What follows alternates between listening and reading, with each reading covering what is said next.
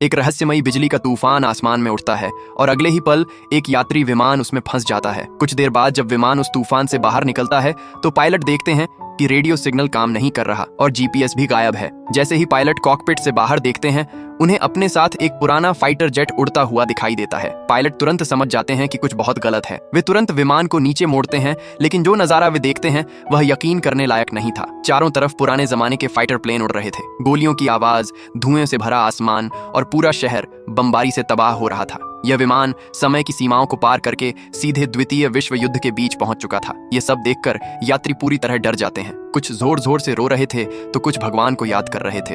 अचानक वही fighter jet फिर से उनके पीछे आ जाता है। कैप्टन बिना समय गंवाए तुरंत लाइट्स बंद कर देता है, लेकिन तब तक फाइटर जेट हमला कर देता है। कैप्टन तुरंत विमान को तेजी से नीचे ले जाता है। पूरे विमान में लोगों की चीखें गूंजने लगती हैं। विमान जमीन से सिर्फ 800 फीट ऊपर था। कैप्टन कंट्रोल को जोर से पीछे खींचता है और विमान को तेजी से ऊपर चढ़ा देता है। फाइटर जेट उनका पीछा नहीं कर पाता और विमान बादलों में छिप जाता है। कैप्टन दोबारा संपर्क करने की कोशिश करता है और इस बार जवाब आता है, लेकिन एयरलाइन से नहीं बल्कि किसी एयरफोर्स बेस से। कैप्टन बताता है कि सारे उपकरण फेल हो चुके हैं, ईंधन भी खत्म होने वाला है और सिर्फ रडार काम कर रहा है। उसी समय दो इतिहास के प्रोफेसर हाँफते हुए कॉकपिट में आते हैं और कहते हैं, हम ठीक उसी जगह के ऊपर उड़ रहे हैं जहां विश्व युद्ध की सबसे बड़ी लड़ाइयों में से एक लड़ी गई थी और हाँ, आखिरकार हम ही जीते थे। इतना कहते ही दो और फाइटर जेट उनके पास आ जाते हैं। इस बार उनमें से एक सीधा मिसाइल दाग देता है। कैप्टन आखिरी पल में विमान को तेजी से मोड़ देता है। मिसाइल पास में फटती है, एक खिड़की टूट जाती है और विमान का संतुलन बिगड़ जाता है। विमान गिरने लगता है और एक इंजन में आग लग जाती है। कैप्टन तुरंत इंजन बंद कर देता है। जैसे ही फैन रुकते हैं,